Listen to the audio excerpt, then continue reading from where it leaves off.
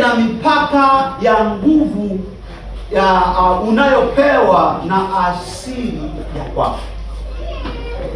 Uwezo wako wa kupambana na vita unategemea asili yako ikoje. Uwezo wako wa kushindana katika mapambano yoyote unategemea asili yako. Uwezo wako wa kuamua unatarajia ama unaenda sambamba na asili ya kwako. Waswahili waliwahi kusema mtoto wa nyoka nyoka.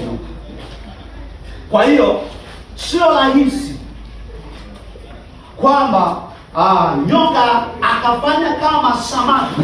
Haiwezi kutokea,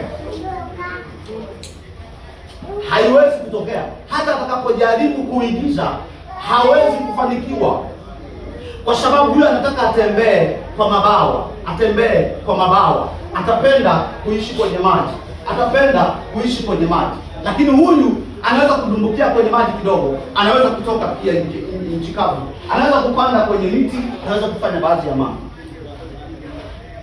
Kwa hiyo asili iwe ni njema, asili iwe ni mbaya, hiyo ndio ina nguvu ya kuoperate, ya kuendesha mambo yako. Hiyo ndio ina nguvu ya kuendesha mambo yako. Sasa kitabu cha Waamuzi 16, Waamuzi 16, nitaomba nisome mstari ule wa 5. Neno la Bwana linasema hivi: nao wakuu wa Wafilisti wakamwendea wakamwambia, mbembeleze upate kujua asili ya nguvu zake nyingi na jinsi tutakavyoweza kumshinda, tupate kumfunga na kumtesa, nasi tutakupa kila mtu fedha 1,100. Nitakuwa nasoma mstari michache, lakini hiyo Warumi nisome ule mstari wa Waamuzi hiyo nisome 16. Warumi 16 hiyo ambayo tumeisoma. Warumi 16 11:16. Warumi 11:16. 11:16 inasema hivi. 11:16, tena malimbuko yakiwa matakatifu kadhalika na donge lote, na shina likiwa takatifu matawi nayo kadhalika, na shina likiwa takatifu matawi nayo kadhalika, matawi nayo kadhalika. Kupenda sana ongezea hii hapa inayosema kitabu cha Yohana 15. Yohana 15. Wewe unaweza ukawa unaandika tu alafu utapata nafasi. 15 anasema, mimi ndimi mzabibu wa kweli na Baba yangu ndiye mkulima. Kila tawi ndani yangu lisilozaa huliondoa, na kila tawi lizaalo hulisafisha ili lizidi kuzaa sana. Angalia mstari wa 3.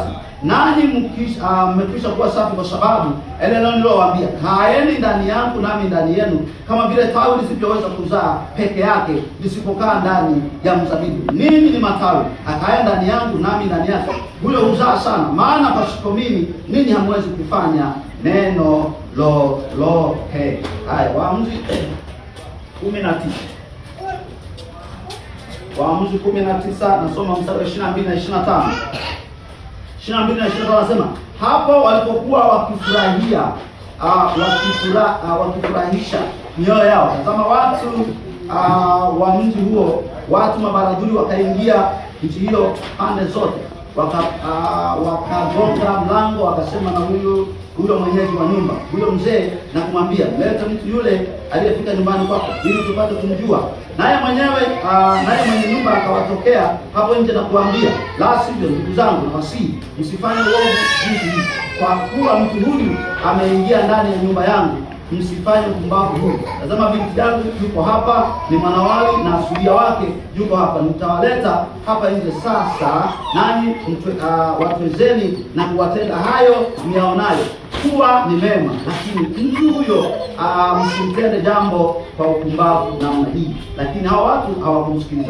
Basi mtu huyo akamshika suria wake na kumleta nje kwao, nao wakamjua na kumtenda uovu usiku kucha hadi asubuhi. Kisha kulipoanza kupambazuka wakamwacha wakaenda zake. Ni habari nyingi ambazo nafikiri wewe ziandike, halafu utapata nafasi ya kuunganisha, na mimi nitakuwa nasema kwa uchache na kwa haraka zaidi. Tunaposemea asili ya mtu ndiyo nguvu za mtu, Biblia inasema katika Waamuzi 16 tumesoma ule mstari wa 5, Delila amepewa misheni na wale Wafilisti namna gani ambavyo wanaweza kumshinda Goliathi. Wakamwambia hivi, nenda kamuulize asili ya nguvu zake. Nenda kamuulize asili ya nguvu zake, asili ya uwezo wa yeye kufanya mambo anayoyafanya. Ameutoa wapi? Asili. Kwa nini wanataka wajue asili yake? Kwa sababu wamewahi kumvizia Samsoni akiwa ameingia mahali, halafu yeye alifanya kitu cha ajabu. Wakati wanamsubiri usiku wa manane, akang'oa mlango, akaenda akautupa huko. Wakati wanasubiri Samsoni asubuhi tumkamate, usiku wa manane ameng'oa mlango, akaenda akatupa huko. Wakachanganyikiwa, wanajiuliza, huu uwezo si wa kawaida. Lazima tujue asili. Nini kinachoweza kumpa nguvu? Asili yake ni nini huyu? Asili yake ni nini? Baadaye ameingia akaanza sasa kushawishiwa, akamwambia, sisi mkinifunga na kama mbichi basi nitaishiwa nguvu. Wakamfunga akazikata. Akamwambia, sijui mara ngapi. Sasa pale inasema Delila sasa akawa amekasirika, akamwambia, bwana, sasa inawezekanaje muda wote unasema unanipenda alafu unanidanganya namna hiyo? Kwa hiyo akabidi aseme asili ya kwake, ikabidi azungumze asili yake ni nini. Akasema asili ya nguvu zangu, asili ya uwezo nilio nao ni kwa sababu ya wembe haujawahi kupita kichwani pangu toka nilipozaliwa, maana mimi ni mnadhiri wa Bwana. Akatoa siri ya chimbuko la uwezo alio nao, akatoa siri ya chimbuko ya namna anavyoyatafasiri mambo, ya namna anavyoweza kushindana katika vita, ya namna anavyoweza kupambana na maisha, ya namna anavyoweza, kwa nini anaamua namna hii, kwa nini anatenda namna ile, kwa nini anafanya hivi. Asili ya kwake ndiyo inayompatia nguvu. Na walipogundua kwamba asili yake ni nywele hazijakatwa, akajua safi. Akamlaza magotini, akamnyoa vizuri kipara kabisa. Halafu akamwambia Wafilisti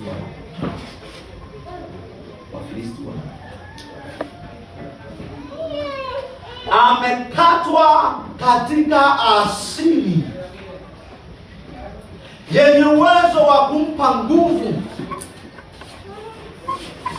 Kimsingi ni kama ambavyo amesema huyu kwamba alikuwa wakikaa katika kutokuamini kwao watakatwa, lakini wakiacha wakaweka imani, ana uwezo tena wa kuwapandikiza. Biblia inasema, kadhalika kaeni ndani yangu kama ninyi nilivyo ndani, maana nyinyi ni matawi, hamwezi kuzaa jambo lolote mkiwa nje na mimi. Kwa hiyo wakati fulani hivi wa Biblia ya Kiswahili inatumia neno shina, lakini Biblia ya Kiingereza inatumia root kwa maana ya mzizi. Bwana Yesu asifiwe. Kwa hiyo unaweza na lakini, kwa hiyo maana yake tunaongelea mzizi wa mtu uko wapi? Kwa mtu ambaye amepandwa katika asili takatifu, mzizi wake ni Yesu. Bwana Yesu asifiwe. Amen. Na huyo ndiye ambaye ana uwezo akamuhakikishia nguvu za kupambana na kila anachokiendea, uwezo wa kukabiliana, uwezo wa kushindana, uwezo wa kuyang'amua mambo, uwezo wa kupambana, uwezo wa kutatua jambo Kwa wewe ambaye umeokoka, uko katika asili takatifu, asili yako ni Yesu Kristo, ambaye yeye anasema yeye ni shina. Kwa maana kwamba wewe hauwezi ukafanya jambo lolote pasipo kumtarajia Yesu. Pasipo kumtazama Yesu huwezi ukafanya jambo lolote.